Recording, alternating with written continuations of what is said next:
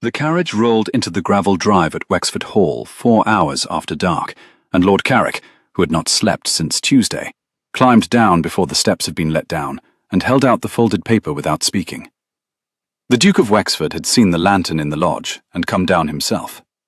He stood at the foot of the steps in a black greatcoat over evening dress, hat in hand, and looked at the paper without taking it. He was 27, taller than the lamp-lit footman by half a head, and broad across the shoulders in the way of men who had ridden their own land since boyhood. His face, in the carriage lamp, was the careful, unreadable face of a man who had already guessed. Wexford. Lord Carrick's hand shook. He pushed the paper forward. The vowel. I cannot meet it. Edmund Wexford glanced at the carriage. The door was still closed. A pale hand had moved behind the glass once, and was still. Then we will speak inside, my lord. Come in. I cannot come in. Lord Carrick stepped back from the steps, as though the gravel had bitten him. He thrust the paper out again. Take it. Read it. I have brought what I have. She's in the carriage. She knows. I told her this morning. There was nothing else to be done. For a long beat, the Duke did not move. The lamps in the porte-cochere made a yellow road between him and the carriage door. He took the folded paper at last, opened it under the lantern, and read it once through. £15,000. Lord Augustus Pembury's broker as witness. Dated April of the last year. The hand was Carrick's. The figure had been entered after, in another ink, by another pen. This is Pembury's hand on the sum, the Duke said quietly. It is the sum I owe. It is what they will take if I do not pay it by Saturday. You came to me. I came to a gentleman. The other course is not a course. Lord Carrick's eyes shone in the lamplight. He was a small, grey-haired man in a travelling coat that had been good 10 years ago. She is 25. She is well-read. She speaks French and Italian. She is not what the offer makes her seem. I beg you. I am not asking what you think I am asking. I am asking for her keep, a roof, a name to set against the broker's letter. The Duke looked at the paper again. He did not look at the carriage. He folded the paper once, neatly, along the original crease. Stand back from the carriage, my lord. Lord Carrick took 2 steps back. Edmund Wexford turned to the iron lantern set into the gatepost. The candle inside was burning straight. He opened the small glass door of the lantern, held the folded paper to the flame at the corner, and waited until the wax of Pembury's seal cracked and ran down between his fingers, and the flame had taken the sheet.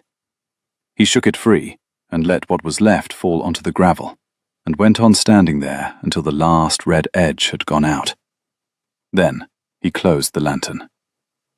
My lord, he said, without looking at Carrick, your vowel is paid. There is no debt at this house. Go to the kitchen. Mrs. Linley will give you supper. You will sleep in the green room tonight, and you will leave tomorrow with a letter from me that you will carry to your bank, and a second letter you will carry to Pembury. And that will be the end of it. He walked past Carrick to the carriage door and opened it himself. Inside, in the dim of the lamp, a young woman sat very upright with her gloved hands folded over a small reticule in her lap. She wore a travelling dress of deep amber silk, plainer than fashion required, and a darker pelisse the colour of port wine. Her hair, where the lamp caught it, was the pale gold of a winter morning. Her grey eyes met his without flinching. She had been weeping at some point in the last 6 hours, but she was not weeping now. My lord. Her voice was low and very steady. Your father's note has been settled. It does not exist any longer. I am sorry that you were brought into a yard before you were told.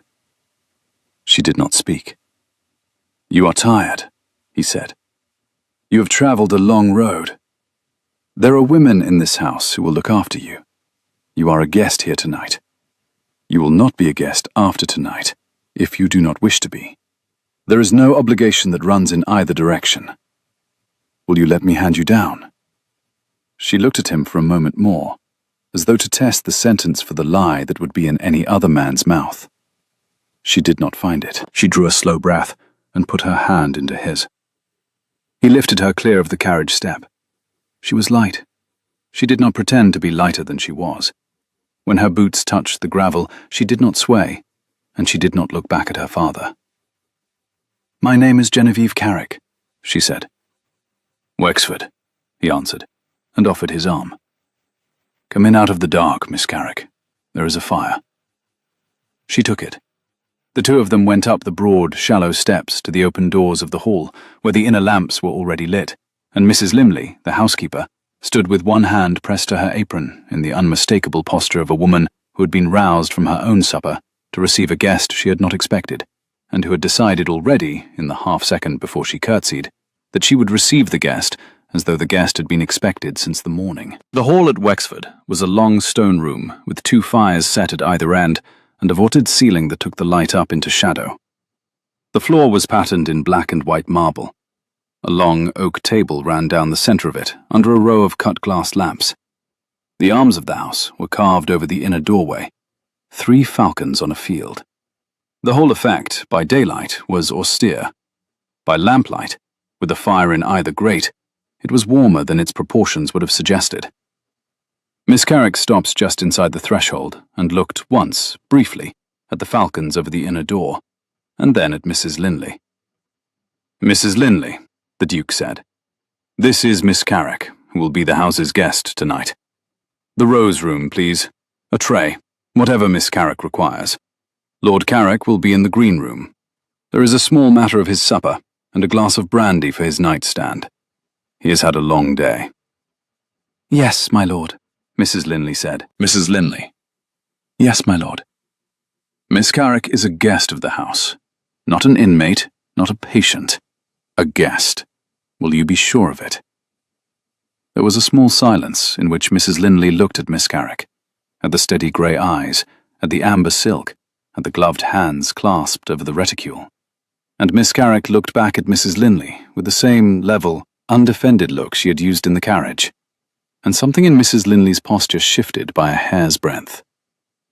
"My lord," the housekeeper said, "I shall be sure of it. Miss, will you come this way? The Rose Room is up the 2nd stair. The fire has been lit since 7 for one of the other rooms, and the maid has carried it up in a warming pan. It shall be in the grate before the kettle is on. Mind the marble, miss. It is uneven in 3 places between here and the 2nd stair. I shall walk in front of you and show you." "Thank you, Mrs. Linley," Miss Carrick said, very quietly.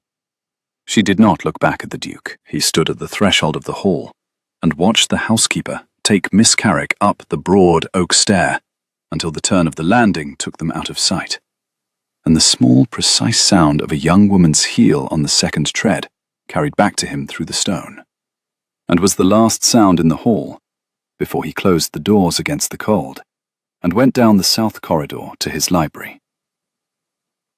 3 hours later, the carriage was gone. Lord Carrick was asleep in the green room with a glass of brandy on the nightstand, and the Duke of Wexford was alone in the library that ran the south face of the house, and could not read a page. The fire in the hearth burned low and warm, copper light on the leather of the chair. He had sent Miss Carrick to the Rose Room with a maid and a tray. He had written, in the half-hour before the maids took the trays away, 2 letters. One to his banker in Lombard Street, instructing the deposit of £15,000 to Lord Augustus Pembury's account on the morning following its presentation, with a copy of the deposit notice to be sent to Lord Carrick at his Hertfordshire address, and one to Pembury himself, 3 lines only. "My lord." Outside, the wind moved against the dark stone of the south wall. "The vowel, of which you held a copy, is settled. The original is destroyed. You will find no further occasion to mention it. Wexford." He had sealed both, and laid them on the salver for the morning post, and walked the length of the library twice with his hands behind his back. And now he sat at the writing table, with a glass of brandy he had not touched, and a folio of parliamentary papers open at a page he had read 4 times. Pembury's enclosure bill. The second reading was set for the 7th of November. Edmund Wexford had spoken against it once already in the upper house, and meant to speak against it again. And Pembury had answered with the broker's letter in April, and then with a quiet word at the club in June about the late Duke's gambling losses. Edmund's father, 2 years gone now, had not been a careful man. And then in September, with the appointment to the Lord Lieutenancy that had gone unaccountably to a man no one had heard of. And now, with the carriage at the gate. Edmund pressed the heel of his hand against his eye. He understood the move. He understood it as a chess player understands a move. Pembury had not loaned Carrick £15,000 in the hope of the money back. He had loaned it in the certainty of the default, knowing what Carrick had to offer in lieu, and knowing that the Duke who held the vow would be either a gentleman who took the offer and was therefore ruinable by report, or a gentleman who refused the offer and was therefore harbouring an unmarried young woman of a known indebted house, and was therefore equally ruinable by a different report. The difference between the two readings was a week of newspaper. He had walked into it because he could not have done otherwise. A gentleman did not turn a young woman onto a Berkshire road at 10 at night. He took the brandy at last. He did not taste it. A coal shifted in the grate. He looked up. The fire had burned down to the red, and the small clock on the mantel struck 2, and somewhere above him in the house, Miss Carrick was either asleep or not asleep in a bed that was not her own. He thought of the steadiness with which she had said her name in the gravel. He thought of her grey eyes, which had not been the eyes of a frightened woman. He set down the brandy and walked to the window. The lawn ran down to the lake, and beyond the lake the woods of Weather Hill rose against the sky. Pembury wanted Weather Hill. Pembury had wanted Weather Hill for 8 years. The enclosure bill was the road to it. Edmund had known this for half a year and had not been able to put his finger on what Pembury would do to clear the road. And now he knew, and the knowing was not a comfort. He blew out the desk lamp and went up to bed, and lay a long time looking at the canopy, and was up before the morning postboy was at the gate. Miss Carrick came down to breakfast at 9:30, which the Duke had not expected, and stood in the doorway of the breakfast room until he set down his cup. Miss Carrick. He rose. Please, there is coffee. There is also tea, if you would prefer it. She wore a morning gown of soft russet wool, very plain, and her hair was done up simply, as a country girl might do it before church. She did not look like a woman who had slept easily, but she had slept. Her colour was better than the night before, and there was a small purpose in the way she held her hands. At 7, with your permission, I asked Mrs. Linley to send him with hot bricks for his feet. He had a long road ahead of him. Thank you. He carried 2 letters for me. One will reach Lord Pembury before the post-coach. The other will reach my banker by tomorrow. The matter is closed, Miss Carrick, truly. She did not move from the doorway. My lord, may I ask you a question without offence? You may ask me anything in this house. You will get a true answer or no answer at all. Why? He waited. Why did you burn it in the lantern, instead of taking it inside and burning it in the grate? He considered this, with his hand still resting on the back of his chair. It was an honest question, and a sharper one than he had expected before 9 in the morning. Because the lantern was nearer, he said, and because I did not want a moment to pass between your father's hand and the fire in which the paper might be read by a second pair of eyes. I did not want a footman to see it. I did not want my own steward to see it. I did not want anyone in this house to be able to say, 2 years from now, that they had read the figure on it. So I burned it where I stood. She nodded slowly. Then I would like coffee, she said, if you please. He pulled out a chair for her himself. He had not done so for a woman not of his family in merely 3 years. My lord, she said when she had sat, I do not wish to remain in your house as a charge upon you. I have a cousin in Yorkshire, Mrs. Thomas Allen at Roughedale. I have written to her in the night. I will go to her as soon as a coach can be hired that does not put my father to further expense. I should like to be honest with you about this. I came here yesterday because my father required it. I would not have come otherwise. I had not supposed you would. Good. Miss Carrick. Please call me Miss Carrick. Yes. I shall not press you to remain, but it is a long journey to Yorkshire in the first week of November, and Mrs. Allen's reply will require 10 days at least to reach you. The roads from here to the north are passable. The roads from here to Yorkshire are passable until the first snow. I propose that you remain here as a guest of the house, without obligation, without anything, until your cousin's letter arrives. The Dowager Lady Margaret, my father's sister, may be persuaded to come from Bath as a chaperone. You will have your own apartments. The library is open to you.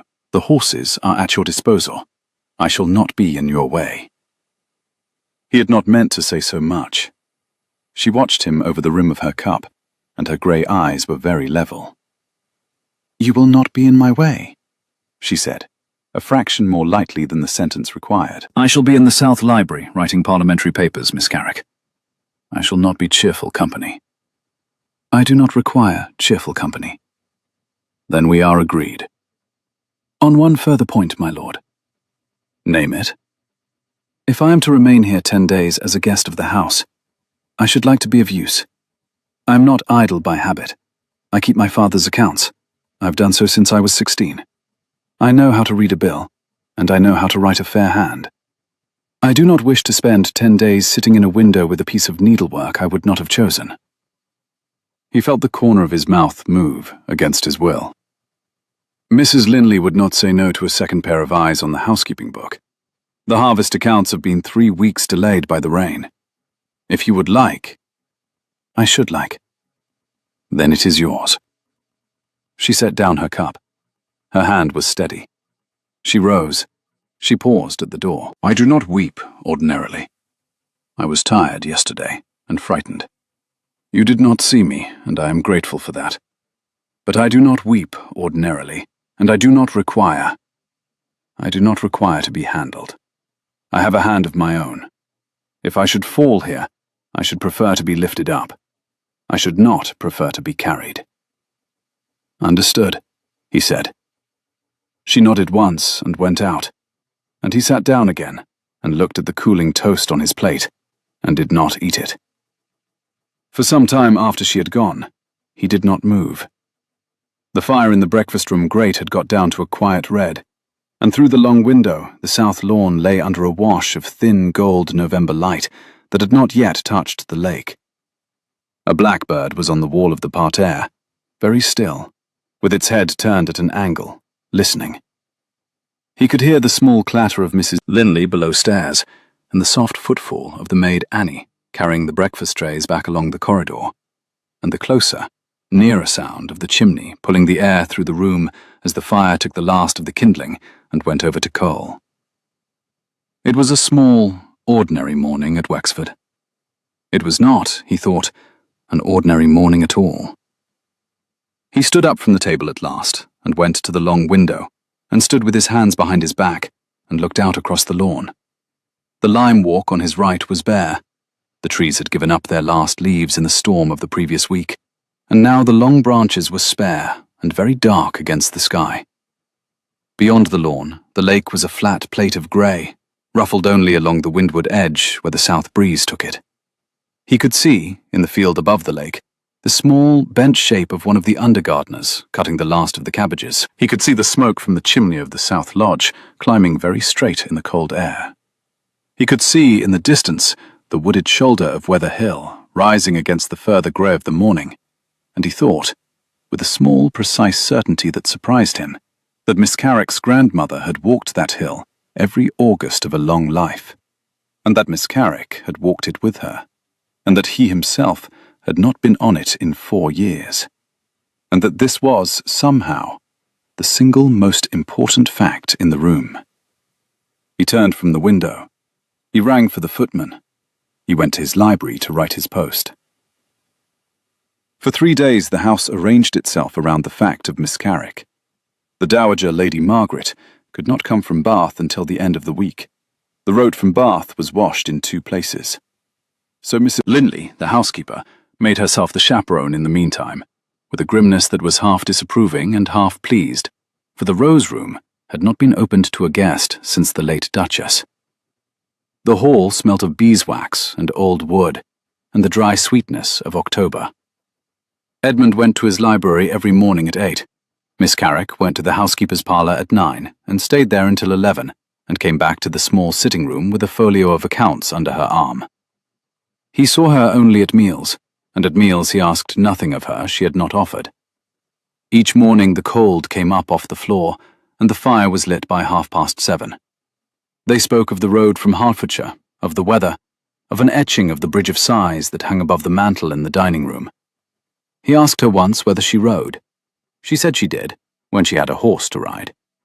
He sent word to the stable that the chestnut mare was to be saddled for her in the mornings. Her voice was quiet and even, her hands soft on the silk of her cuffs. On the 3rd morning, the housekeeper came to him in the library before he had begun his post. It is the matter of the tallow, my lord." He set down his pen. She did not sit. She set the housekeeping book on his table with the care of a woman setting down a glass she had not yet decided whether to drop. "It is Miss Carrick, my lord. She has gone through the book since Tuesday. She has not said a word against me. She is the politest young woman I have spoken to since the late Duchess. But she has marked, my lord, 3 places where I have been charging the household at 2 pence a pound, and the chandler's bill records 3 pence halfpenny, and a 4th place where the chandler's man, that is Joseph, his nephew, my lord, you will not know him, where Joseph has been signing for an even quarter, and the kitchen book records a half. I have not been at fault, my lord. I do not falsify a book. But she is right that the chandler has been cheating us, and that Joseph has been cheating the chandler. And I did not see it, my lord, because I do not sit down with the chandler's bill side by side with my own book, as a young woman with quick eyes will sit down. I should have seen it. I am ashamed not to have seen it." He looked at the book. He did not open it. "How long has this been going on?" "Since Michaelmas, a year ago, my lord, by her reading. Perhaps £30 in all. It is not the figure. It is that I did not see it." "You are not at fault. The book is in your hand because I asked you to keep it. The chandler is at fault." "Yes, my lord." "Tell the chandler to come to the house this afternoon. Tell him to bring his ledger. We shall settle it this afternoon. And Mrs. Linley." "My lord?" "Thank Miss Carrick for me. Not for the saving, for the kindness with which she spoke to you about it." The housekeeper inclined her head. "My lord, I shall. And, my lord." "Yes?"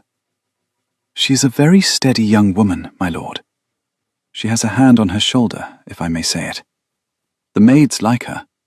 They do not like everyone." "No," he said. "I imagine they do not." Mrs. Linley took the book and left, and Edmund Wexford sat at his table with the morning unopened in his hands, and considered that the chandler had been cheating him for a year, and that he had not noticed, because he had been writing speeches against an enclosure bill in the upper house, and had not had the patience for tallow. He sat at the table for perhaps 5 minutes more. The clock on the corner cabinet was a small French piece, gilt and enamel, which his mother had liked, and it ticked into the silence of the room with a precision that he had always found steadying. The post lay unopened beside his right hand. A bowl of late roses, cut from the south wall the day before by Mrs. Linley's own scissors, sat on the corner of the writing table. Their perfume, in the warmth of the room, had taken on an autumn weight, half rose and half hawthorn leaf turned. The morning light came in through the long window on his left, slanting across the table at the angle of late October. A yellow light, clean rather than warm, the colour of cured oak under varnish, and laid a square of brightness across the corner of the leather blotter and the edge of his sleeve. He thought of the steadiness in Mrs. Linley's voice when she had said, "I am ashamed not to have seen it."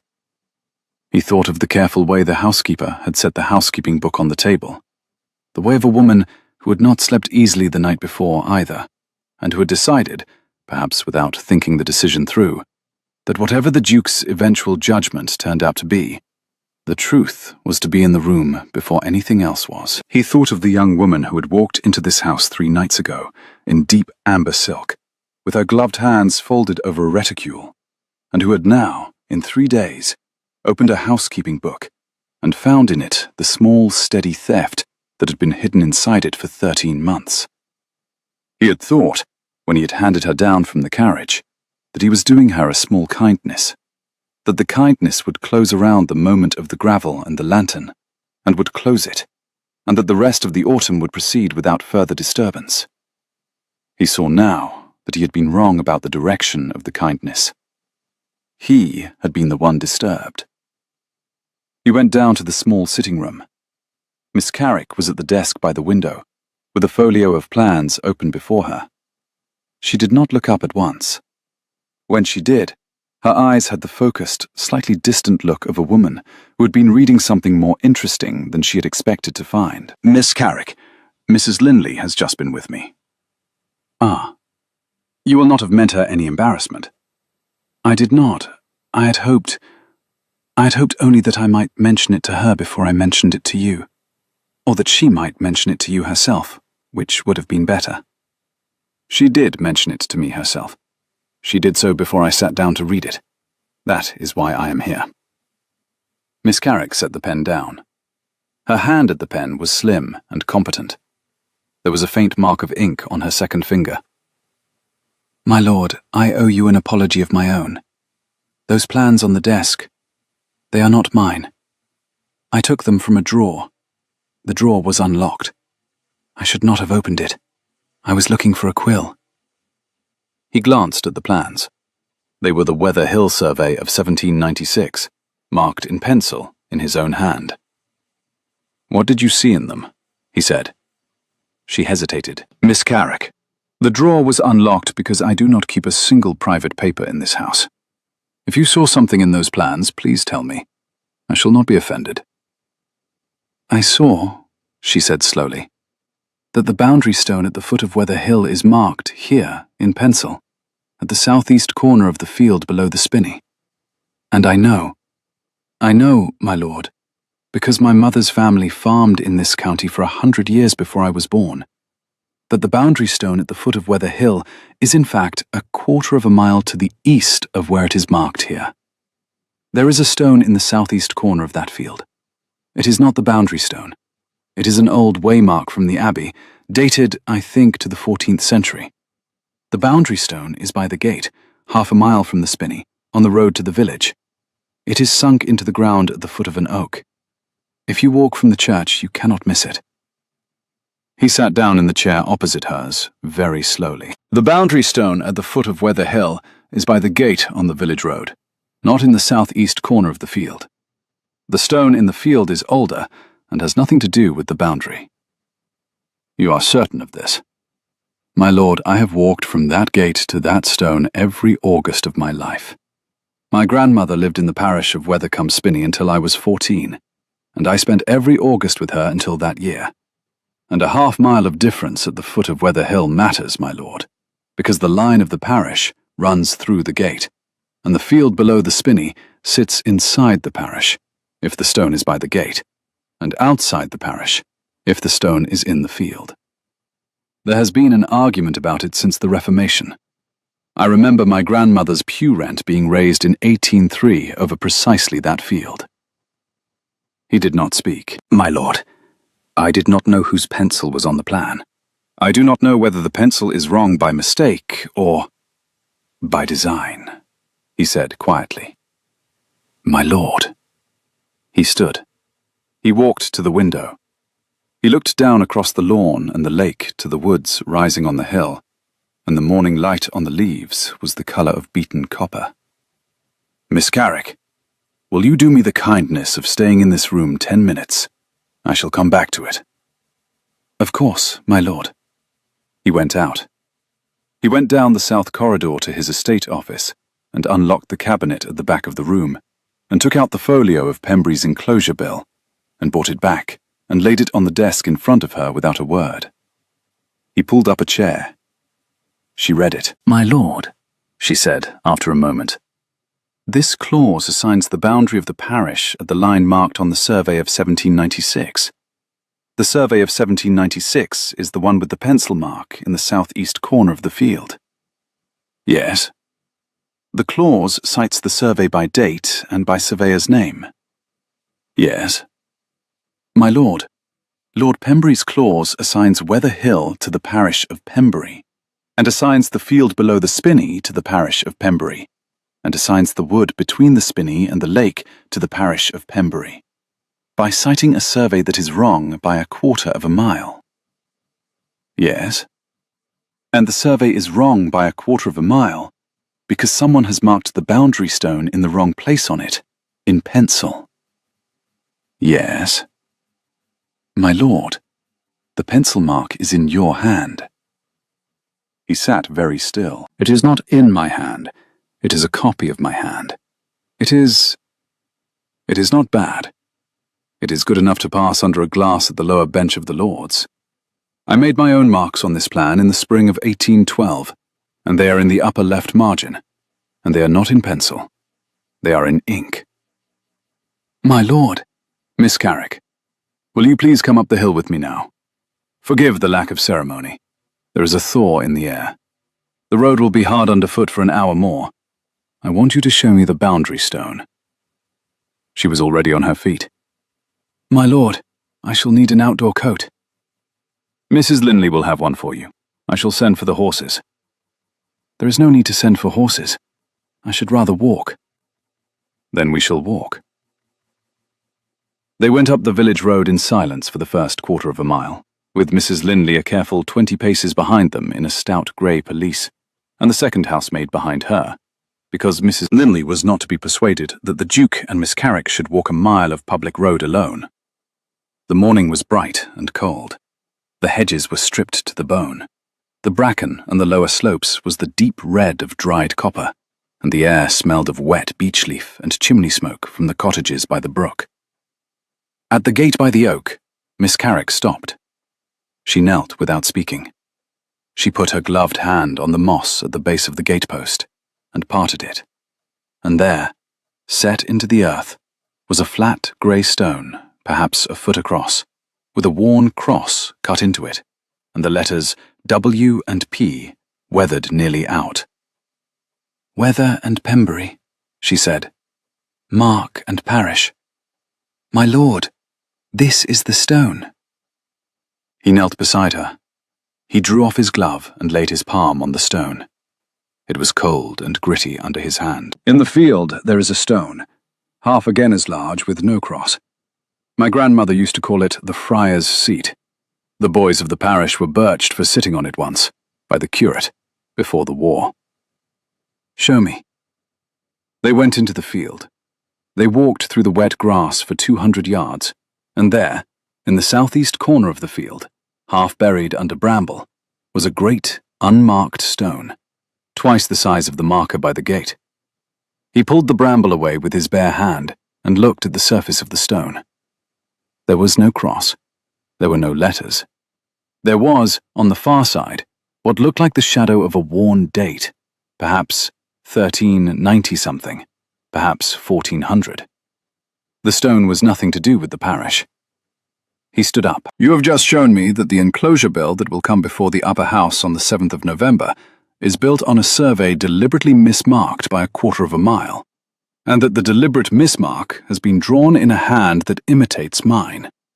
If I had not known to look, and I would not have known to look, Miss Carrick, because I have not been in this parish in 4 years, and I have not walked this road since I was a boy, the bill would have passed. Weather Hill would have gone to Pembury at the second reading, and the wood would have been enclosed within the year, and the cottages by the brook would have lost their pasture before the spring." "Yes, my lord."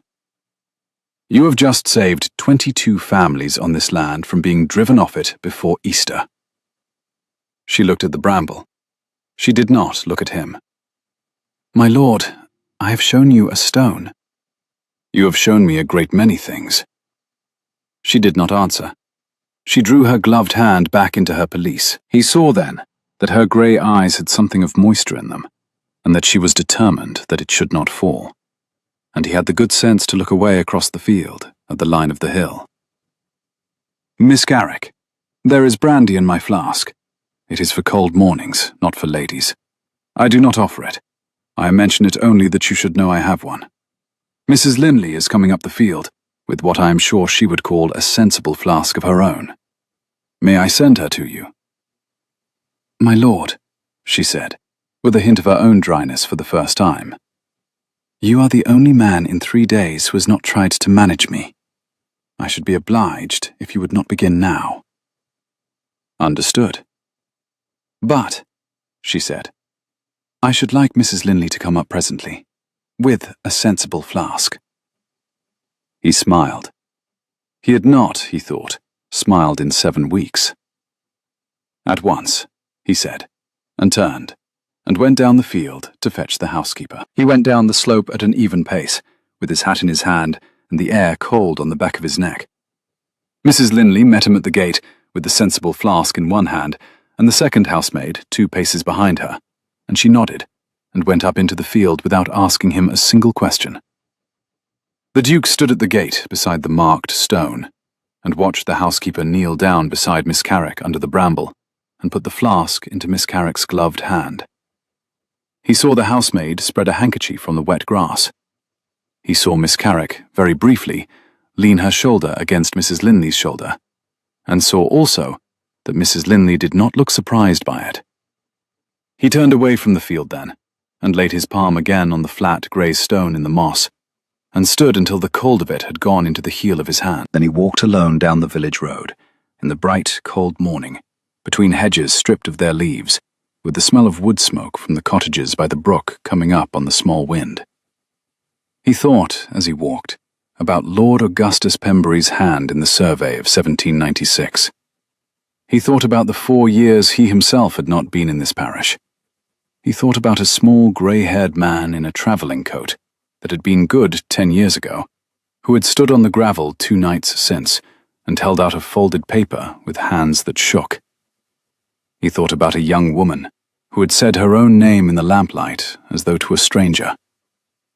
He did not yet know how all 4 of those things were one thing. He knew only that they were one thing, and that he was, for the first time in 8 months, no longer fighting Pembury's enclosure bill alone. The candle burned warm on the desk. His fingers rested on the cold rim of the inkstand. At the gate of the home park, the south wind off the lake had taken the last leaves out of the lower lime walk. The bracken on the slope above the path was the colour of an old copper kettle. A pair of partridge rose out of the long grass on his right, and went away, whirring over the wall toward the spinney, and he stood and watched them until they were lost in the trees. Then he walked into the home park and back to the house, and sent word to his agent in London that he wished a meeting with Mr. Coke at the Lombard Street Bank within the week, and went to his estate office, and worked until the dinner bell.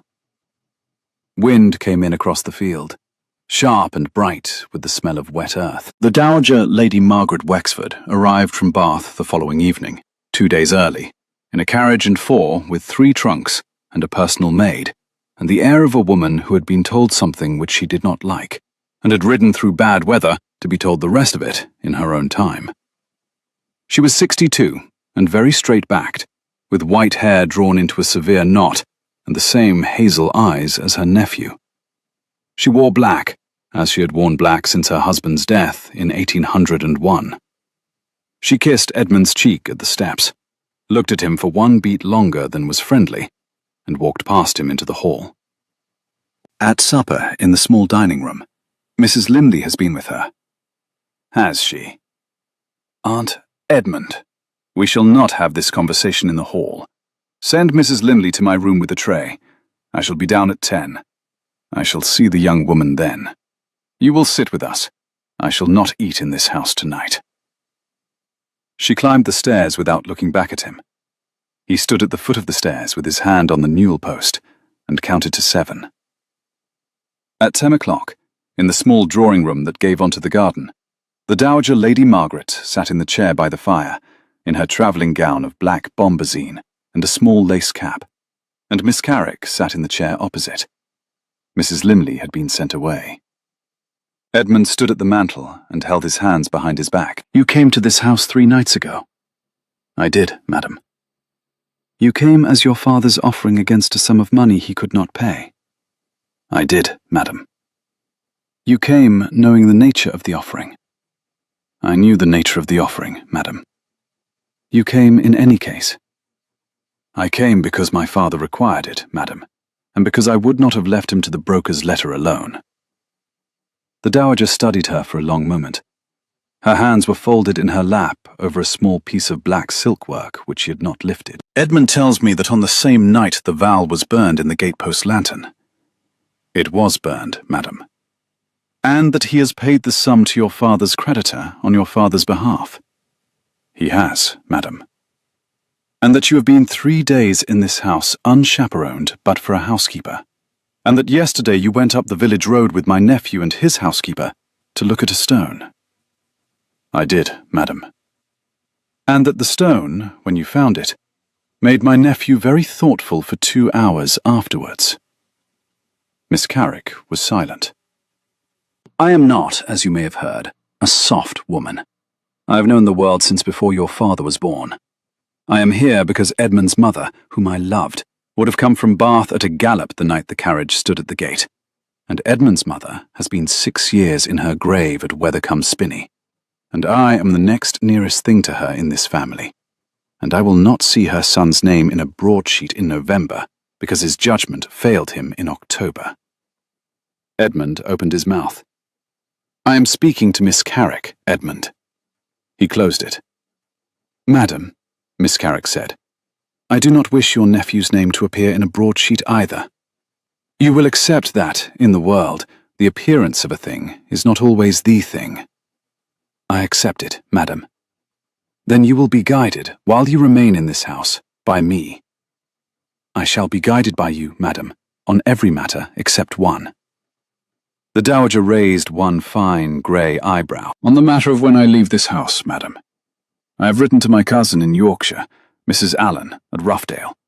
I am waiting for her reply. When her letter comes, I shall go. I do not wish to remain in this house under your nephew's roof beyond the day on which it is safe to leave.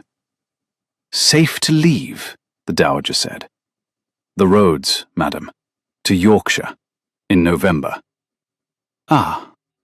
In all other things, madam, I shall be guided by you. I shall not ride with the Duke alone.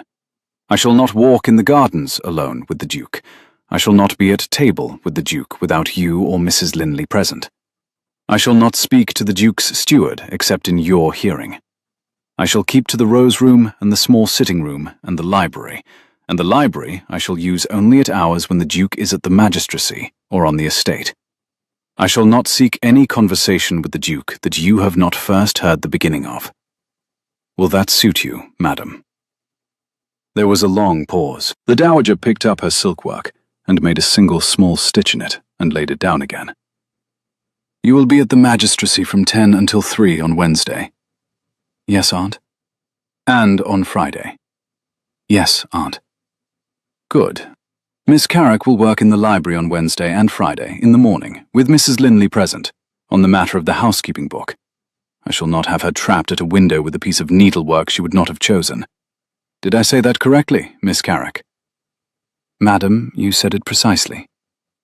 The dowager smiled, the smallest smile, but a smile. I thought I had it from Mrs. Linley. Good night, Miss Carrick. Good night, madam.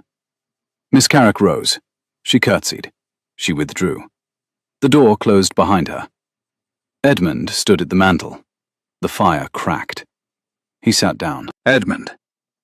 That young woman is the most honest creature I have spoken to in 15 years of London drawing rooms. She is also a young woman of high ability and quick understanding, and a hand on her shoulder, as Mrs. Linley says. And she has been delivered to your gate in the worst possible posture for the world's reading. She is also, Edmund, a young woman who has fallen, half, in love with you in 3 days, and who would die before she would say so. and who has just promised me a code of behavior designed to prevent any further falling. Do you understand? He did not speak. Then you will do nothing to put her in a worse posture in the world's reading than she already stands in. You will write your speech against Pembury's bill. You will go to your magistracy. You will dine in your dining room. You will be civil to her at meals, and you will not be alone with her for more than 3 minutes by any clock in this house. You will let her go to her cousin in Yorkshire as soon as Mrs. Allen's letter arrives. If, when she is in Yorkshire, you find yourself unable to bear it, then, Edmund, you will ride to Yorkshire in March with a ring in your pocket and an offer that the world will read as honourable, and you will let her say no to you in the open air, and you will accept it like a man if she says no, and you will marry someone of my choosing if she does not. Do you understand? He looked at the fire for a long time. She rose. She picked up her silkwork. She paused at the door. The matter of the stone. You will tell me at breakfast tomorrow. I shall. She went out. He sat by the fire until the coals were grey, and did not move. The wind had got up from the southwest. It pressed at the long windows of the drawing room and rattled the iron of the gutters along the south face of the house.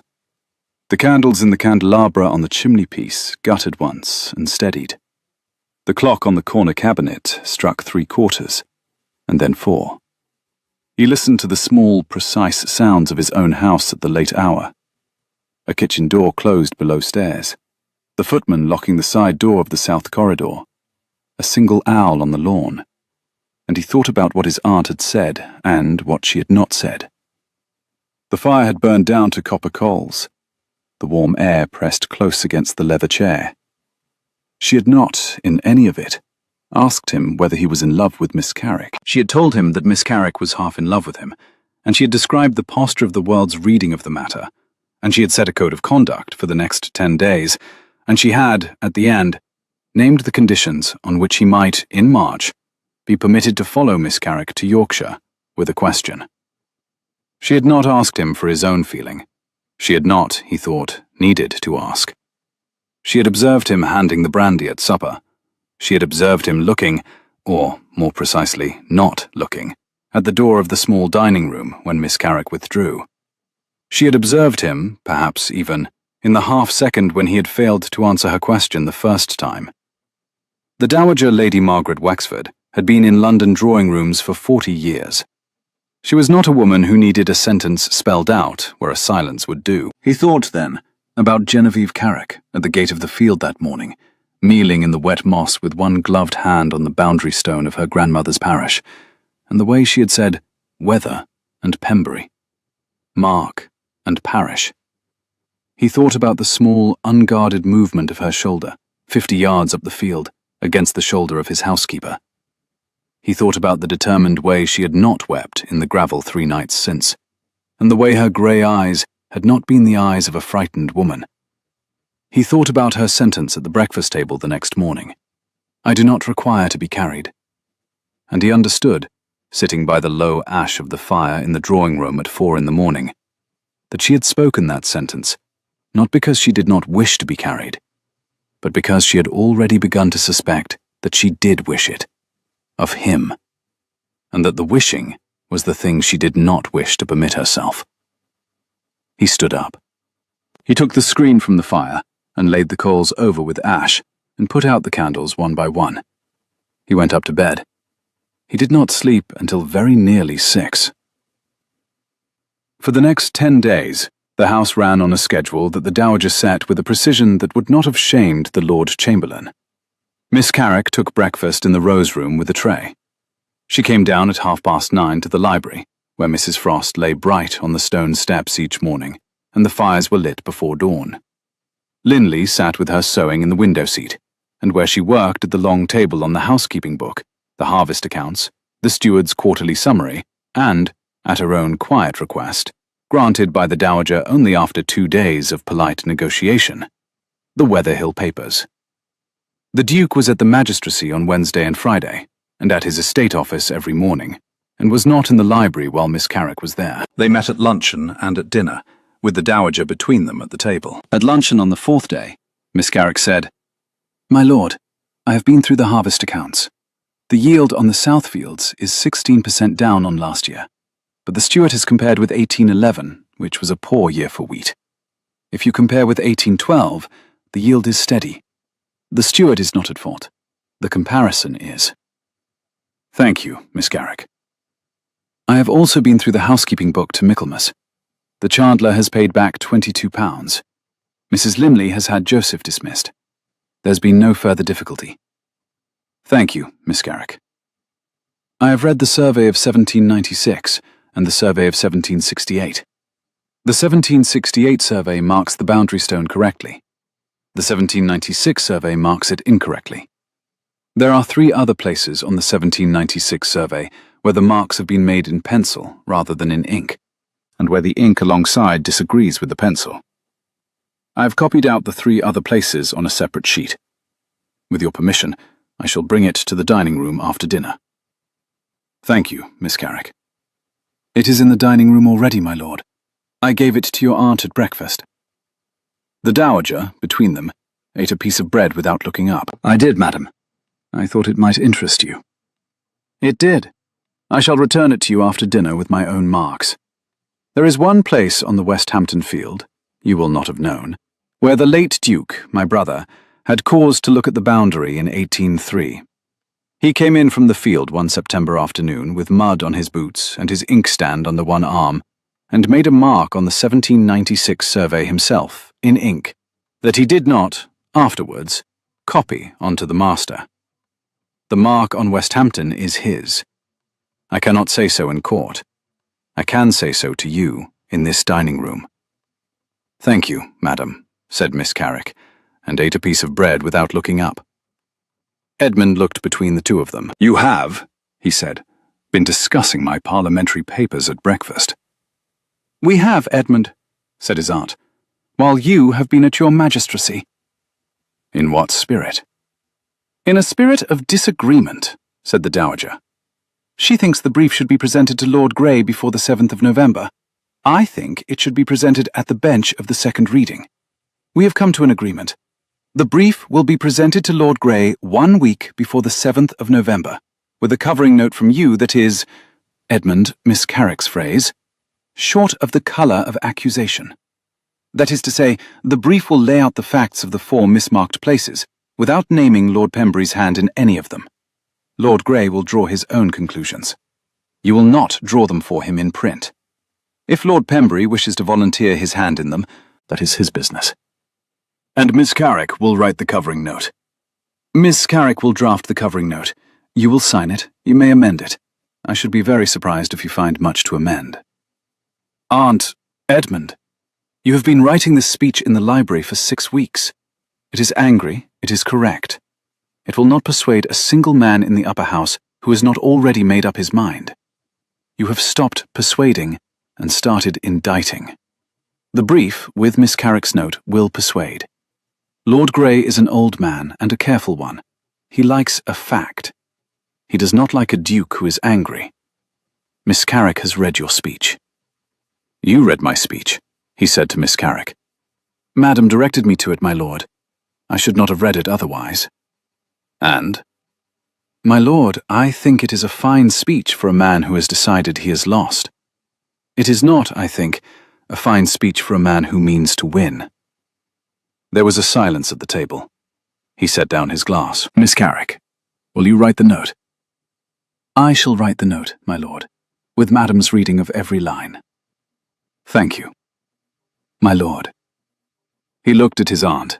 His aunt looked back at him, and did not smile, and ate the rest of her bread.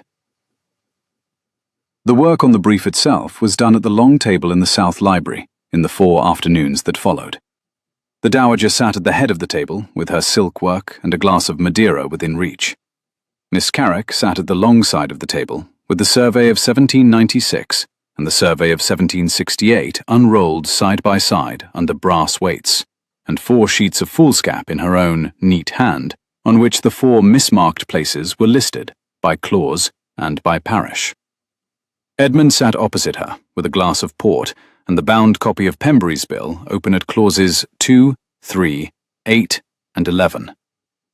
Mrs. Linley sat in the window with her sewing. It was an arrangement, the Dowager had said with a small dryness over breakfast, that would have done credit to a cabinet committee, and was, she suspected, in better hands than most cabinet committees deserved. It became, in those 4 afternoons, the warmest room in the house. The fire was kept up. Mrs. Linley brought tea at 4 and sponge cake at 5. The light, through the long west windows, came in pale gold against the leather of the books on the south wall, and lay on the cream foolscap and the dark ink of Miss Carrick's hand, in a way that Edmund Wexford, at the corner of his eye, was not sure he had words for. They worked carefully. They did not raise their voices. The Dowager corrected 3 sentences of Miss Carrick's covering note in pencil, and Miss Carrick accepted 2 of them and politely disputed the 3rd, on a fine point about the surveyor's commission and the date of his last fee, and the Dowager, after a pause, gave way on the 3rd with a nod that was almost a smile. Edmund struck out 3 paragraphs of his own draft of the speech for the upper house, replaced them with 3 sentences that Miss Carrick had suggested between 2 cups of tea, and laid the redrafted speech aside for the 7th of November, in case the bill still came back to him in some form he had not anticipated. The afternoon light fell warm across the leather of the desks, dust shifting in it. They did not, in those 4 afternoons, speak of Lord Pembury by name. They did not speak of the lantern at the gatepost. They did not speak of the carriage on the gravel. They spoke of clauses and surveys and parishes and parish maps, and they finished the brief on the evening of the 27th. Edmund signed the covering letter on the morning of the 28th at the writing table by the window in the South Library, with Miss Carrick standing 1/2 pace behind his right shoulder, and the Dowager standing on the hearthrug with the silkwork in her hand, and Mrs. Linley on the threshold of the library door, with the folded grey shawl over her arm, and the small inward smile of a housekeeper who has watched something difficult come together on a sound footing. The brief and the note went to Lord Grey on the 28th of October by special messenger, in a sealed packet under Edmund's own seal, with a covering letter in Miss Carrick's hand that the Duke had read 3 times, and not amended a word of. It said only that a routine examination of the survey of 1796, undertaken by the household at Wexford Hall in the ordinary course of estate management, had disclosed 4 penciled marks on the survey that did not agree with the ink underneath, and that since the survey was cited by date and surveyor's name in clauses 2, 3, 8, and 11 of the enclosure bill before the upper house, his lordship would perhaps wish to have the discrepancies before him in advance of the second reading. The covering letter was a 1.5 pages long. It did not name Lord Pembury once. On the 31st of October, Lord Grey's reply arrived at Wexford Hall at 6:30 in the evening by a tired messenger on a tired horse, and the Duke read it, standing in the porte cochere in the lantern light, and went straight to the small drawing room where his aunt and Miss Carrick were at their usual evening employment of silkwork and reading by the fire. Lord Grey has acknowledged the brief. He has asked for the second reading to be deferred a fortnight, to allow the survey of 1768 to be re-examined by the upper house's own clerk. Pembury cannot prevent it. The bill is, for now, paused. The Dowager folded her silkwork and looked at the fire. Good. Sit down. Mrs. Linley will bring a glass of brandy. Miss Carrick, my dear, your work has answered. Miss Carrick did not lift her eyes from her reading. Madam, she said quietly, I am glad. The Dowager looked at her for a moment longer than she had looked at her in the previous 10 days. Yes, she said, I think you are. The thaw came in the first week of November, and the parterre on the south side of the house came out from under 3 days of frost into a damp green and brown that smelled of crushed thyme and wet box. On the morning of the 4th, the Duke walked the south parterre with a slip of paper in his hand from Lord Grey's secretary that said the clerk's examination had begun. Lady Margaret was at her writing desk in the morning room. Miss Carrick was in the library, working on the rent roll. He went to the library. Mrs. Linley was at her seat in the window. Will you walk in the south parterre this morning? The frost is gone, the thyme is out. I should like Miss Carrick to take the air. My aunt will join you in a quarter of an hour." Mrs. Linley rose and gathered her shawl and went out without speaking. Miss Carrick set down her pen. "Miss Carrick, will you walk with me as far as the lower terrace? My aunt will be a quarter of an hour. Mrs. Linley will be with us within 50 yards. "Yes, my lord." They went out by the small door of the library to the gravel path that ran along the south face of the house. The morning sun was a thin, watery gold. The leaves of the lime walk had fallen in a wet brown carpet. The lake at the foot of the lawn was a flat slate. The woods of Weather Hill on the far side of the lake were bare and dark. For a few yards they walked in silence. "I had a letter from your cousin, Mrs. Allen, at Roughedale yesterday." "Ah." "It came with the second post. The Dowager has it. She has not given it to you because she wished me to mention it to you first." "I see." "Mrs. Allen will receive you on the 15th. She has had— the letter does not say so in so many words, but I gather she has had some difficulty with her own household, and a fortnight's delay would suit her better than an immediate arrival. She invites you to remain at Wexford until the morning of the 12th, and to make the journey north over the following 3 days with one of my own carriages, which she presumes upon me to lend. She is a sensible woman, your cousin." "She is, my lord." "You will go on the 12th?" "Yes, my lord." They walked a few more paces. "Miss Carrick, I have been wanting to say something to you for 7 days, and have not said it because I promised my aunt I should not." "Then perhaps, my lord, you should not say it." "Perhaps not. I shall not say it then. I shall ask you a question instead. Genevieve." She did not break stride. Her face went pale and steady. "Will you, when you are at Roughedale, accept a letter from me?" She walked 3 paces before she answered. You have not promised your aunt not to write me a letter at Roughedale." "I have not promised her not to write you a letter at Roughedale." "Then yes, I shall accept a letter from you at Roughedale. I shall accept any letter from you at Roughedale." "Genevieve." "Yes." "When the lilacs come out at Wexford, in the 2nd week of May, I shall come up the North Road in my own carriage, and I shall ask you something I have not asked you yet." She did not answer at once. "Bring the lilacs. There are no lilacs at Roughedale." He laughed, surprised by it, by her, by the lightness of his own laughter on the cold air. She did not laugh, quite, but she looked at him sideways, and her grey eyes had the brightness of held water. "Mrs. Linley is on the path, my lord, with my police. I had forgotten my police. She has been very kind." "Mrs. Linley will be very kind for another 4 minutes, Miss Carrick, after which the Dowager will appear on the upper terrace. I shall be at my estate office at the end of the lime walk. I have a steward to speak to about the South Spinney. May I leave you to the Dowager?" "You may leave me to the Dowager, my lord." He bowed. He went down the lime walk. He did not look back at her. He did not see, therefore, that she watched him to the end of the avenue, and that her gloved hand pressed once, briefly, against the small piece of paper in the pocket of her gown, the slip from Lord Grey's secretary that he had given her in the morning at her work-table, with the date of the clerk's examination written on it, and at the foot, in his own hand, 3 words: "I am grateful." The next morning, the storm broke. The morning post came at 8, 3 hours late, with a small leather pouch from the Duke's London agent. Inside the pouch was a single broadsheet of the Courier of the previous evening, the early London edition of the 2nd of November, and pinned to the broadsheet was a folded sheet of plain paper in an unfamiliar hand. The Duke opened the pouch in the breakfast room at the head of the table, with Mrs. Linley clearing the tea things, and the Dowager at his right hand, and Miss Carrick at his left.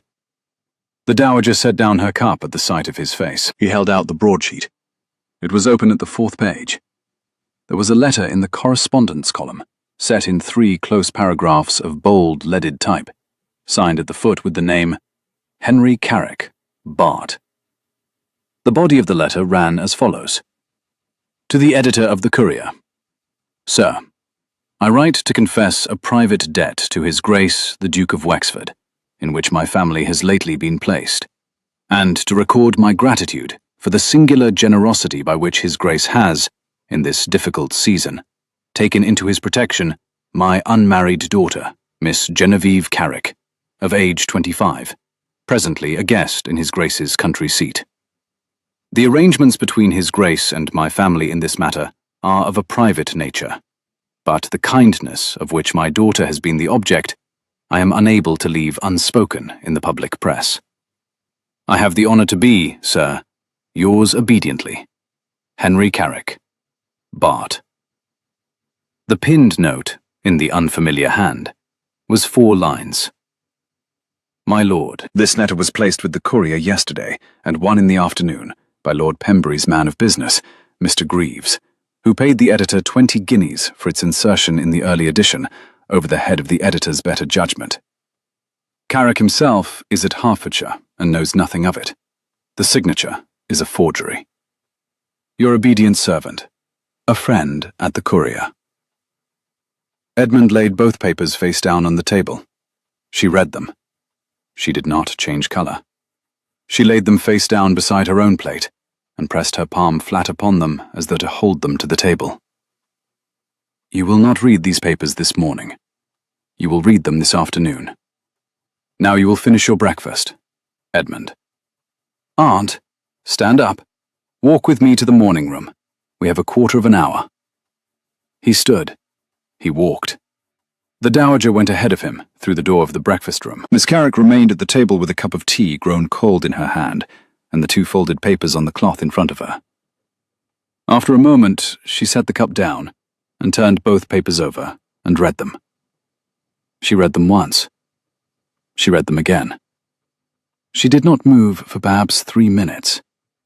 Then she folded the broadsheet quietly along its original crease, and folded the pinned note inside it, and laid them on the salver where Mrs. Linley would collect them, and stood up, and went to the rose room. She rang for the housemaid. Annie, I should like the small leather portmanteau brought up from the box room. I shall not need the larger trunk. I shall be travelling in the morning. Miss? Tomorrow morning, Annie, early. The small leather portmanteau, please, and my second best pelisse. Yes, miss. When the door had closed, she sat down at the writing table by the window, with her hands flat on the wood, and she looked out at the south parterre with eyes that did not see the parterre, and she let herself, for the first time since she had come to the house, weep without sound for 1 full minute.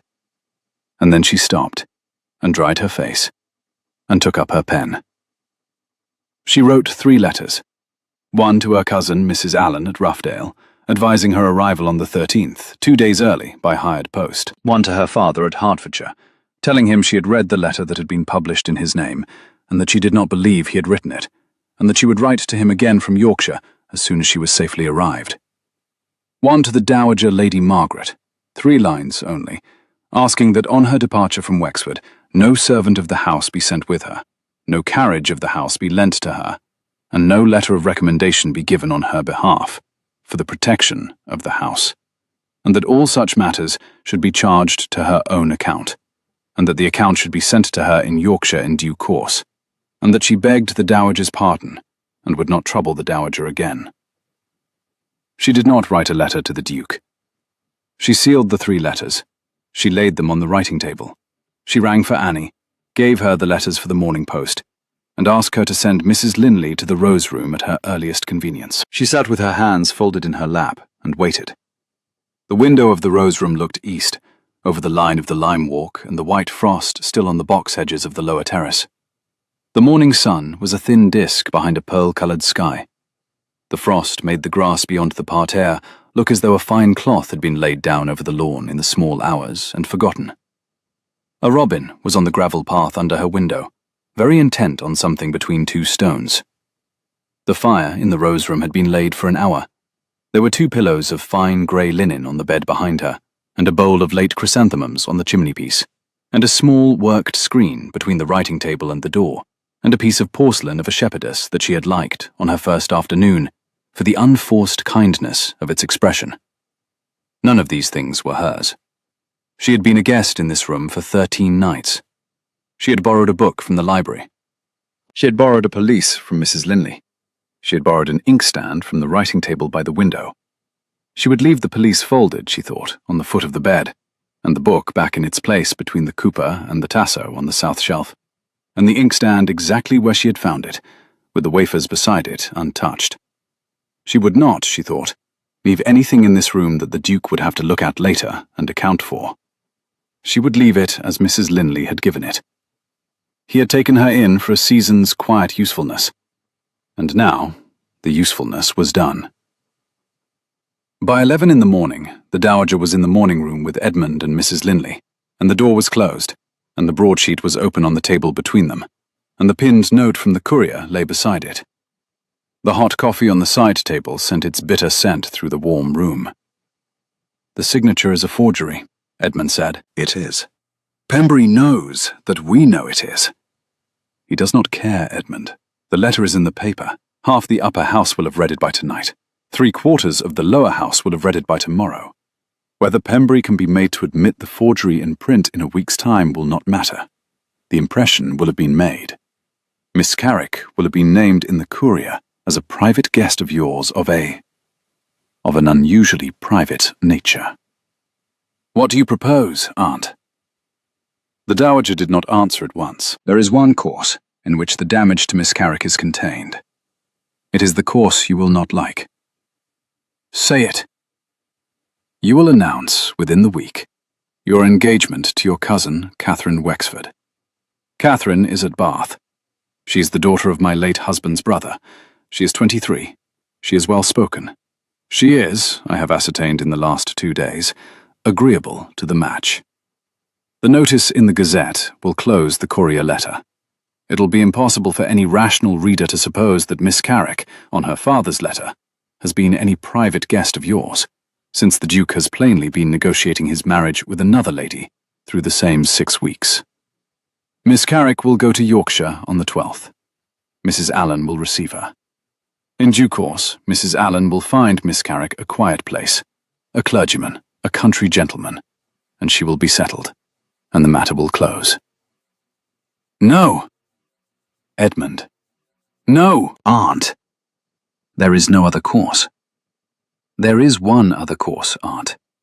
There is the course in which I drive to London tomorrow morning at first light, and I find Lord Pembury in his own study, and I lay before him the 4 mismarked places on the survey of 1796, the imitation of my own pencil on his claws, the bribed letter in the courier signed in Henry Carrick's forged hand, and the broker's receipt for the original vowel of £15,000, dated the 11th of April of the last year. And I tell him that he will publish, before the 7th of November, in the Courier and the Morning Chronicle and the Gazette, a full retraction of the letter signed in Carrick's name, and a full withdrawal of clauses 2, 3, 8, and 11 of the enclosure bill. Or I will publish all of it myself, in those same papers, in his name, in mine, and at a price he will not survive. You will not survive it either, Edmund. You will be tainted. There will be a duke who is willing to be tainted in order to keep an honest woman from being slandered in print by her father's forged hand. There will be a duke who is not afraid of the courier. There will be a duke who is, when it is over, married to whom he chooses, with a clear name and a clear conscience, and Pembury will be silent in the upper house for the rest of his career. Edmund, Aunt, I shall do this. She did not speak at once. She looked at him for a long time, and her hazel eyes, the eyes of his father's sister, were not unkind, and they were not, finally, opposed. "We will not go to London tonight. You will go in the morning. You will speak first to Miss Carrick. You will tell her that the letter is a forgery, and that I have proposed to you the marriage with Catherine, and that you have refused it, and that you go to London to confront Pembury before the courier prints again. You will tell her that you will return on the 4th day. You will ask her, Edmund, you will ask her to delay her journey to Yorkshire by 4 days, no more, and to wait at Wexford until you return, and to give you her answer to a question you have not asked her yet, when you do return. Aunt, And if she will not delay, Edmund, you will let her go to Yorkshire on the 12th, and you will follow her there in March, with the courier retracted and the enclosure bill withdrawn. And you will ask the question in the open air at her cousin's gate, as I told you a fortnight ago. Do you hear me? I hear you. Good. Mrs. Linley, send Miss Carrick to me. Now, please. Mrs. Linley went out. She came back 5 minutes later. Annie says Miss Carrick called for the small carriage at first light, madam. Annie says Miss Carrick was dressed and at the south door before 6. The carriage took her as far as the post coach at Reading. The post coach went north at 7:30. Annie says Miss Carrick paid for her own seat. Annie says, madam, that there are 3 letters for the Morning Post in the Rose Room writing table. One for Mrs. Allen at Roughedale. One for Sir Henry at Hertfordshire. One for you, madam.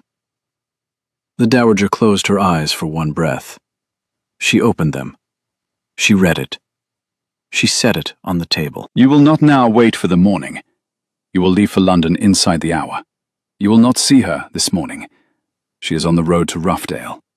You will write to her at Roughedale tonight, from Pembury's own house, telling her exactly what you have done, and exactly what you have not done.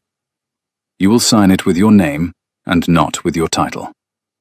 Tomorrow, by the Morning Post from London, the courier will retract. 3 days after that, you will follow her to Yorkshire. He stood at the table, with his hand pressed flat against the polished wood. Did she write to me at all? The dowager looked at the small heap of letters that Mrs. Linley had set on the table. There were 3. There was no 4th. He did not speak. She left before she knew what she would do, Edmund. She left because she did not wish to make your choice harder than it was. She left to give you back your house. That is what the letter to me says. It is the letter of a woman who loves you. It is not the letter of a woman who has stopped loving you. There is a difference. You will hold to the difference. Now go to London. He went. He was in the saddle within 20 minutes. He was on the London road in half an hour, and the white frost was still on the hedges, and the sun was a low, cold disk in a flat sky, and the carriage that had carried Genevieve north had been on the post road for 3 hours already. He rode the first stage at a hard canter, on his own bay, with the wind from the southwest pulling at the brim of his hat, between hedges stripped to the bone, and ploughed fields the colour of dark slate. He changed horses at the Saracen's Head at 3 in the afternoon, and again at the Bell at Maidenhead at 5:30, and at the King's Arms at Slough at 7:30. And he rode into the lamps of Hyde Park Corner at 9:45, with the muscles of his thighs gone to wood, and the small of his back set in a long band of pain that he had felt before and would feel again. He did not stop for supper. He did not stop at his own townhouse. He stopped at his agent's house in Lincoln's Inn, where the lamps were still on at the front parlour, and the agent, a Mr.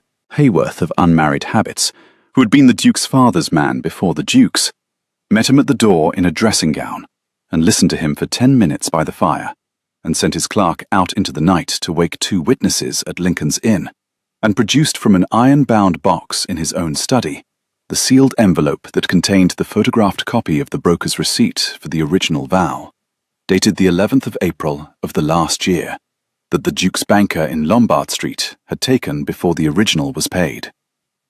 At 8 in the morning, Edmund slept 3 hours on a settle in Mr. Hayworth's parlour.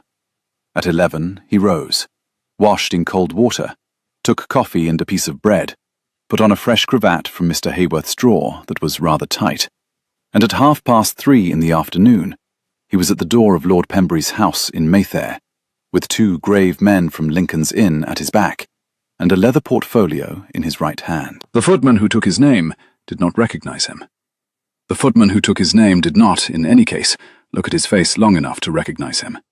He looked at the cut of the coat and the breeding of the horses behind him in the street, and went immediately for his master's secretary.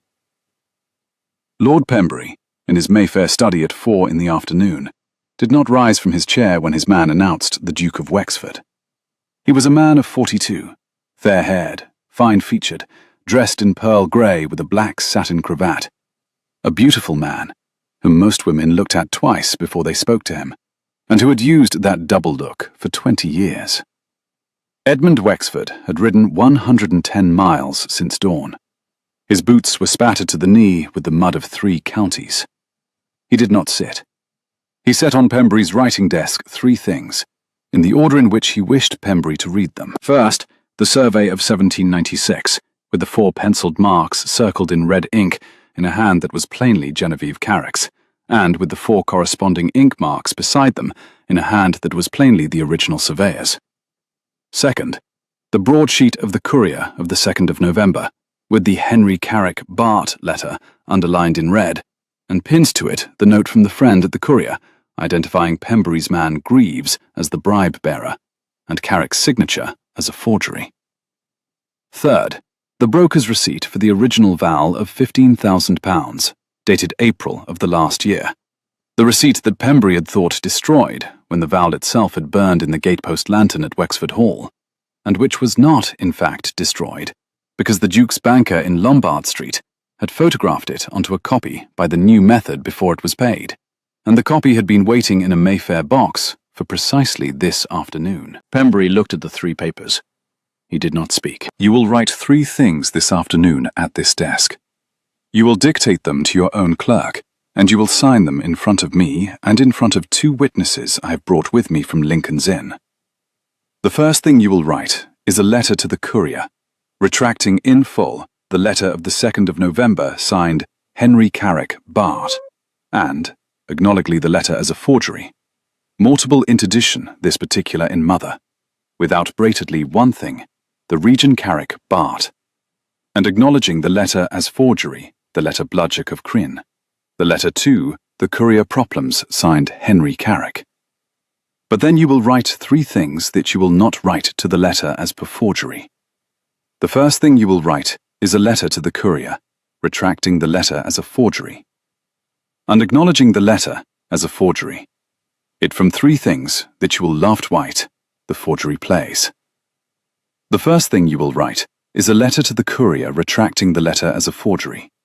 The first thing you will write is a letter to the Courier retracting the letter, signed Henry Carrick, but forgery that you will bought the letter as forgery.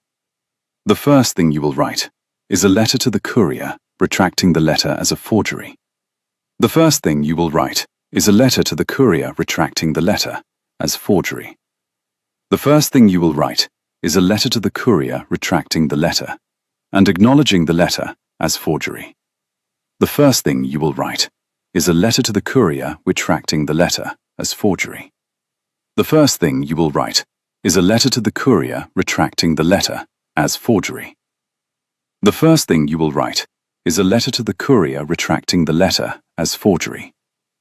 The first thing you will write is a letter to the Courier retracting the letter as forgery. The first thing you will write is a letter to the Courier retracting the letter as forgery. The first thing you will write is a letter to the Courier retracting the letter as forgery. The first thing you will write is a letter to the Courier retracting the letter as forgery. The first thing you will write is a letter to the Courier retracting the letter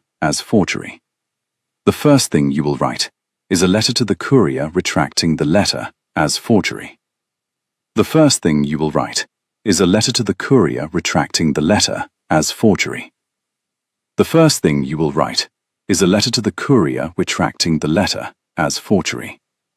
The first thing you will write is a letter to the Courier retracting the letter as forgery. The first thing you will write is a letter to the Courier retracting the letter as forgery. The first thing you will write is a letter to the Courier retracting the letter as forgery. The first thing you will write is a letter to the Courier retracting the letter as forgery. The first thing you will write is a letter to the Courier retracting the letter as forgery. The first thing you will write is a letter to the Courier retracting the letter as forgery. The first thing you will write is a letter to the Courier retracting the letter as forgery. The first thing you will write is a letter to the Courier retracting the letter as forgery. The first thing you will write is a letter to the Courier retracting the letter as forgery. Bart Henry Carrick, Bart, and well backs the main the scape of a learnt part. Legacy note, which is the learned part, which is the brightness between my limit head, which from cursed is report the data embers that the chews will haben know, which was bless about the limpens mans, but they will be made partably generate, which was bless about the moment, which will love in one name stet that the chews will haben know, which was the gems really made fart the data ember. Henry Carrick's mean, which was loved in the chews with first move, but first may be good. Chew is the gems that may be good. Into me, they should be loved into chews in the January staper of the learn part. This will Kirsten for me.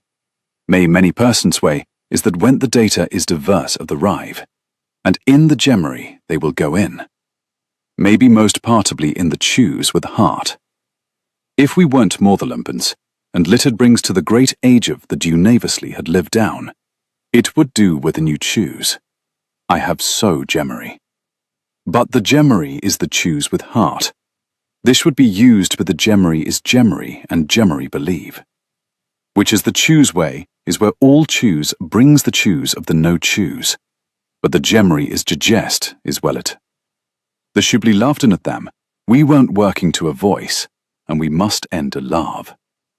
Heaven invest mean, which was dropping about episode, which was not ran applied germ, but we need to do the deflet in the partably.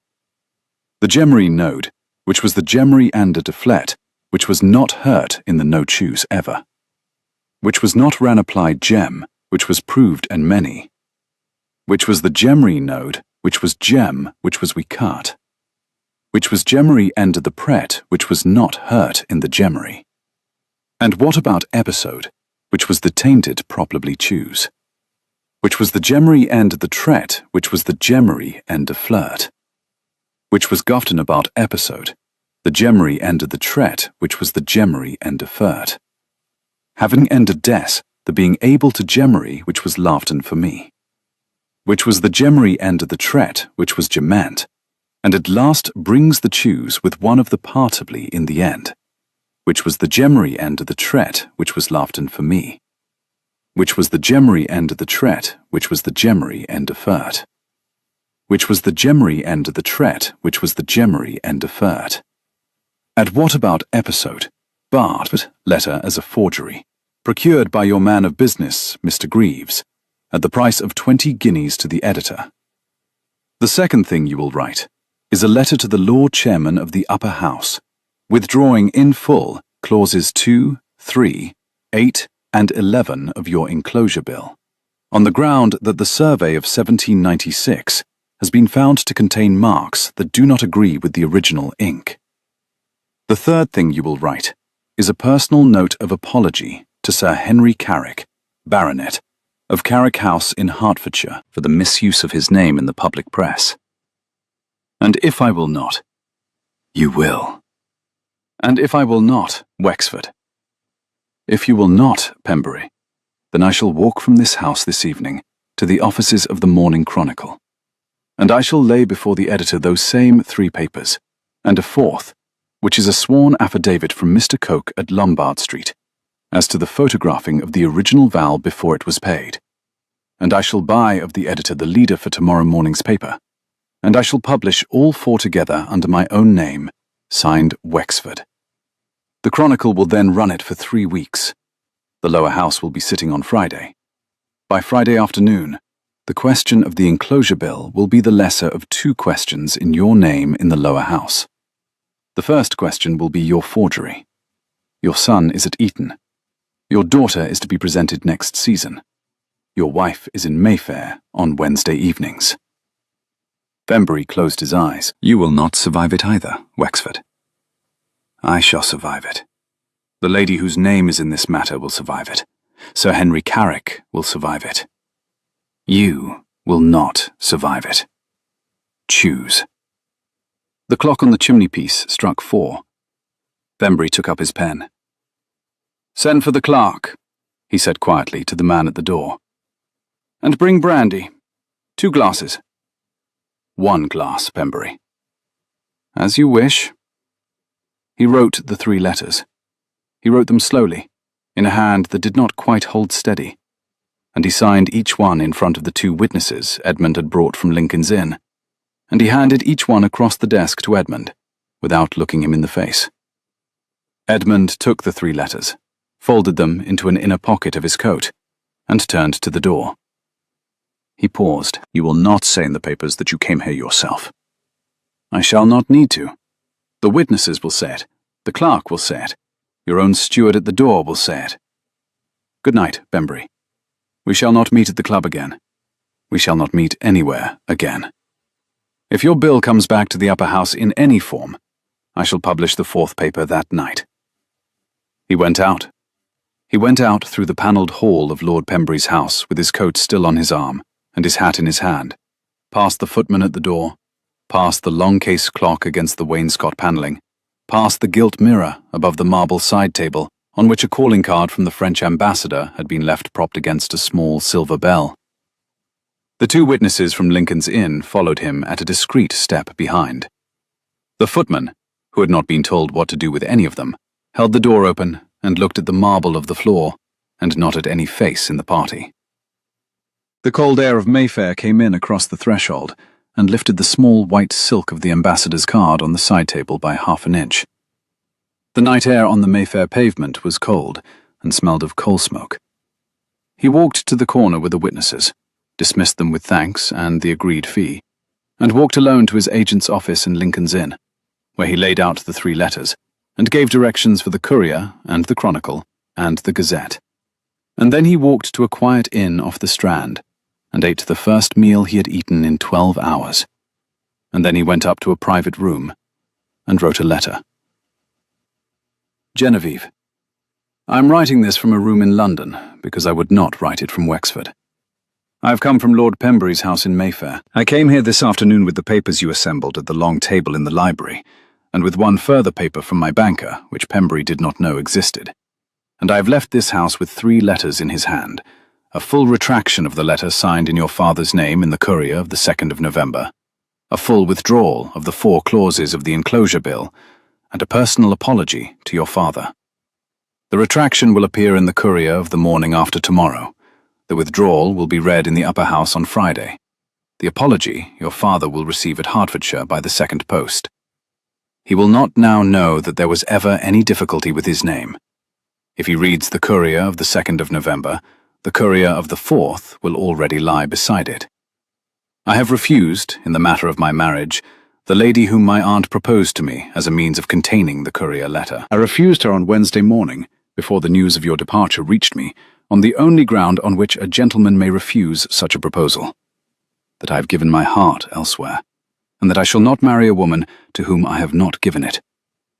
I refused her before I knew you had gone. I should have refused her if I had known you had gone. I should refuse her if you tell me, on receipt of this letter, that you wish never to see me again. I have settled, this evening, the half of my Berkshire lands that lie beyond Weather Hill, upon the charity that was nearest my mother's heart in life, the Foundling Hospital at Reading. The settlement is signed and witnessed and irrevocable. I tell you this, not so that you should think me generous. I tell you, because I told my aunt, when she proposed that the Weather Hill lands should be Catherine Wexford's marriage portion, that I should rather give them to the Foundlings than buy a wife with them. The settlement is in token of that refusal. It is also, perhaps, in token of something else.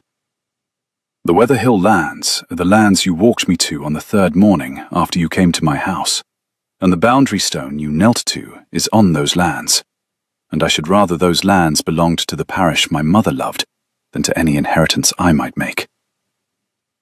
I am writing all this so that you should not later wonder. I am writing it now because I am, on the road, a less honest man than I am at a writing table, and I cannot ride for 3 days to Yorkshire holding what I have to say to you in my mouth, and I cannot trust myself to say it at your cousin's door without first saying it on a sheet of paper. Genevieve, when the lilacs come out at Wexford in the 2nd week of May, I shall come up the North Road in my carriage and ask you a question I did not ask you in time. I should have asked it on the south parterre on the morning we walked. I should have asked it on the field at the foot of Weather Hill. I should have asked it the first night, by the lantern in the gravel, when I lifted you down from your father's carriage and you said your name to me as if to a stranger. I am asking it now in this letter. Will you marry me? I am asking it in this letter because if you say yes, I should like to come north this week and not in May. The lilacs will come, whether I am at Wexford or in Yorkshire. I should rather be where you are. Edmund. He sealed the letter himself with a plain wafer, no seal, no crest. He addressed it to Miss Genevieve Carrick, in the care of Mrs. Thomas Allen, at Roughedale, near Skipton, Yorkshire. He gave it to the night-post boy at the desk of the inn, with a half-sovereign for the speed, and he went up to his room, and he slept for the first time in 4 nights. In the morning, the inn-maid brought him hot water and his boots, cleaned, at his door, and the Courier of the Day, which carried in the 4th column of the 2nd page Lord Pembury's retraction over his own signature, set in a leaded box that the editor had plainly insisted on, and in the 3rd column of the 3rd page, the withdrawal of the 4 clauses of the enclosure bill. The Duke read both at the deal table by his window, with a cup of coffee at his elbow, and the bells of St. Bride's making the noon hour out over Fleet Street. He set down the coffee. He folded the Courier once, neatly, along its central crease. He paid his reckoning. He went to the coachyard in the Strand and hired a post-chaise to the north, and put 2 of his own grooms with it to ride change with the postboys, and he started for Yorkshire at 1 in the afternoon of the 4th of November. He drove through the short afternoon and through the short night, and changed horses 6 times before midnight, and slept 3 hours at an inn at Stamford on the 2nd night, and rode out before dawn on the 3rd day. The country gradually rose under the wheels. The hedges went over to stone walls. The villages went over from brick to grey-yellow limestone. The rivers ran shorter and faster in their beds. On the 3rd afternoon, he was through Doncaster and on the road to Skipton, with the moors of the West Riding on his left hand, and the long ridge of the high country going up against a sky the colour of cold pewter. And he saw, on the high hill above Skipton, the first dusting of snow he had seen that season. Only a fine white powder along the spine of the ridge, but enough to make him remember that he had once promised someone he would bring lilacs. 3 days later, on the morning of the 7th of November, Edmund Wexford turned the post-chaise into the yard of Roughedale Hall, which was a square white house at the foot of a steep grey fell, set behind a low stone wall, with a single old yew at the gate and a wet flagged path running to the door. He had ridden 400 miles in 4 days. He had not changed his linen in 2. He had Pembury's 3 retractions inside his coat. He had Lord Grey's note acknowledging the withdrawal of the 4 clauses of the enclosure bill in his pocket. He had Genevieve's reply to his letter, sent express from Roughedale the morning the letter arrived, folded inside his glove. The reply was 4 words. Come north, Genevieve. The wind off the high fell was edged with iron. The yard at Roughedale was paved in flat grey stones, and the stones were scoured clean by it, and a black sheepdog rose from the doorstep of a small outbuilding and considered the post-chaise with the unhurried care of a working dog who has decided to wait and see. A single old yew leaned at the gate, with its lower branches sheared off to the height of a man on horseback. Beyond the wall of the yard, the fell rose almost at once, very steep, very pale, with a long grey scarp of limestone 1/2 mile up its face, and the thin first dusting of November snow lying along the ridge.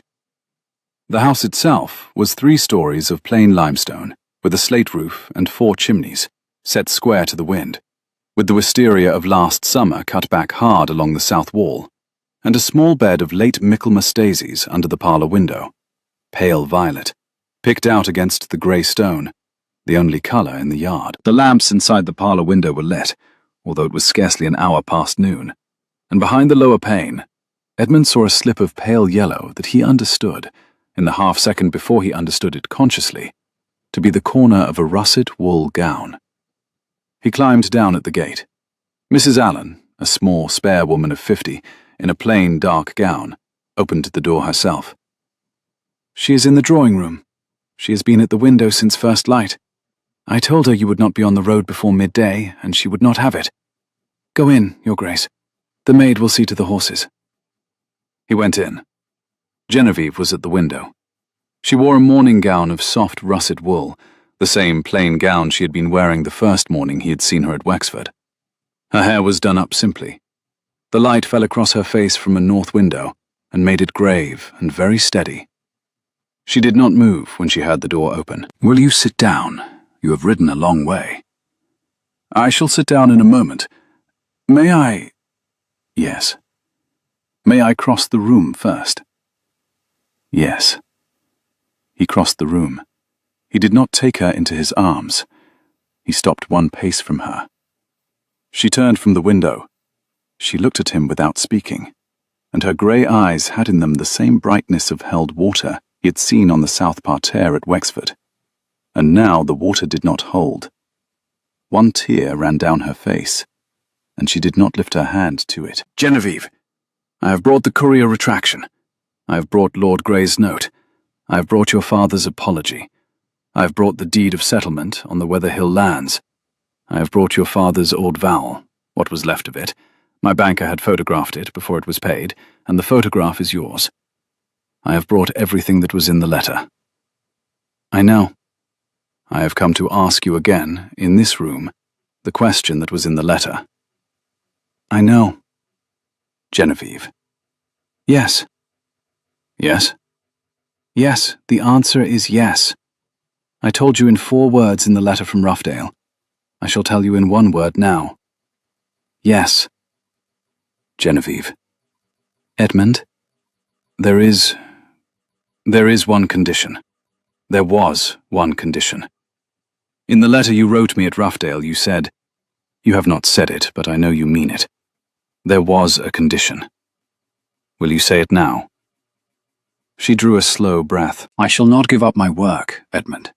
The work on the boundary stones, the work on the surveys, the work on the bill. I shall not be a wife who sits in a window with a piece of needlework she did not choose. I shall write. I shall write, perhaps, under my own name, perhaps not. But I shall write. If I am Duchess of Wexford in May, I shall be Duchess of Wexford with a pen and an inkstand, and the right to be at your library table in the evening with my own papers. I shall not be the Duchess your aunt thinks I should be. I shall not— Edmund, I shall not give it up." "Genevieve." "Yes?" "You will not give it up. You will not be required to give it up. You will have your own papers on the library table. You will have your own name on the cover of any pamphlet you choose to write. You will sit in the small drawing room with Lord Grey when he comes to dinner, and you will tell him in your own words what is wrong with the next enclosure bill, because by the next enclosure bill I shall be married to a woman who knows more about the boundary stones of this county than I do, and I shall be very glad to step back from the dispatch box and let her brief me from the floor. Do I make myself plain?" "You make yourself very plain, Edmund." "Good." He took her hand. He pressed his mouth, once, briefly, with a great deal of held care, to the inside of her wrist, where her glove had not yet been put on. "There is one condition of my own," he said. "Name it." "You will come back to Wexford with me in March. We shall walk again to the boundary stone by the gate on the village road. We shall walk it the 2nd week of May, with the lilacs out. We shall be married in the parish church. Mrs. Linley will dress your hair. My aunt will give you away, because your father will be too ill to walk, and your father will give his blessing from Hertfordshire by letter, and the parish will be at the wedding because the parish, by the 2nd week of May, will know what you did with the boundary stone on the 3rd morning of November." "Yes, Edmund." "And after the wedding, we shall walk down to the Foundling Hospital at Reading and have tea with the matron, because the Weatherhill lands are the Foundlings now, and I should like the matron to meet you. She is a sensible woman. You will like each other." "Yes, Edmund." "And then we shall come home, to Wexford, to your library table and your inkstand, and the small fire in the south library that I lit the first night you came, when I could not read a page. I shall read all my pages from now on, Genevieve, with you at the other end of the table, with your pen on its own work. Yes, Edmund. He looked at her for a long moment. He bent his head and rested his forehead against hers, and stood so for 1 breath, 2, 3. And then he stepped back and offered her his arm. Mrs. Allen will be on the other side of the door with the tea tray. We must not keep her. I have ridden 4 days. I should like a cup of tea. Mrs. Allen will not be on the other side of the door, Edmund. Will she not? She is in the kitchen, putting on the kettle. She has known since the post brought your letter what would happen this morning. She gave me an hour. We have a little more than half of it left. Genevieve. Yes. Half an hour will do. She smiled, the first true smile he had seen from her, and she put her hand into his arm, and they went together to the small fire by the window where the north light came in cold and clean across the fells, and they sat down on the settle, and for half an hour they spoke of small things: the chestnut mare at Wexford, the parish church at Wethercombe-Spinney, the foundling matron, the colour of the lilacs in the 2nd week of May. And they did not, for that half hour, speak of Pembury, or the courier, or the broker's letter, or the long carriage in the dark of the first night, because all of that was behind them, and the road home, in March, lay open in front of them. The lilacs at Wexford did not come out in the 2nd week of May. They came out in the 3rd, after a cold spring and a late frost. By then, Genevieve Carrick was Duchess of Wexford, and the parish church at Wethercombe-Spinney had been full to the doors for the wedding, and the cottages by the brook had pinned green sprigs to their hats for the bride, and Mrs. Linley had dressed her hair, and the Dowager Lady Margaret had given her away in a gown of soft grey silk, and Sir Henry Carrick had sent his blessing from Hertfordshire by letter, and a small brass letter-opener which had been his wife's, and Catherine Wexford, in Bath, had married a sensible young clergyman of her own choosing a fortnight later, and Lord Pembury had taken his family to the Continent for an extended tour, and had not, as the Dowager had predicted, spoken in the upper house since. On a warm afternoon, at the end of the 3rd week of May, with the lilac in full bloom along the south wall of the south parterre, and the first roses opening on the lower terrace, and the lake at the foot of the lawn brown and bright with mayfly, the Duchess of Wexford sat at the long table in the south library, with a folio of plans open before her, the survey of Lord Pembury's neighbour's enclosure bill, which would come before the upper house in the autumn session, and a sheet of foolscap at her elbow, and an inkstand beside her right hand, and the small brass letter-opener her father had sent her laid across the foolscap. Edmund Wexford came in by the small door from the parterre, with the sun on his shoulders, and a sealed letter from the Lord Chancellor in one hand, and a sprig of white lilac in the other. He laid the letter on the corner of her table. He laid the lilac on the open folio of the survey, in the southeast corner of the field below the spinney, where, in another season, a pencil mark had stood. She looked up at him over the lilac and smiled. He has acknowledged the brief. He has asked for the 2nd reading to be deferred a fortnight, to allow the new survey to be examined by the upper house's own clerk. Then we have our fortnight. We have our fortnight. She rested her hand on the edge of her writing table.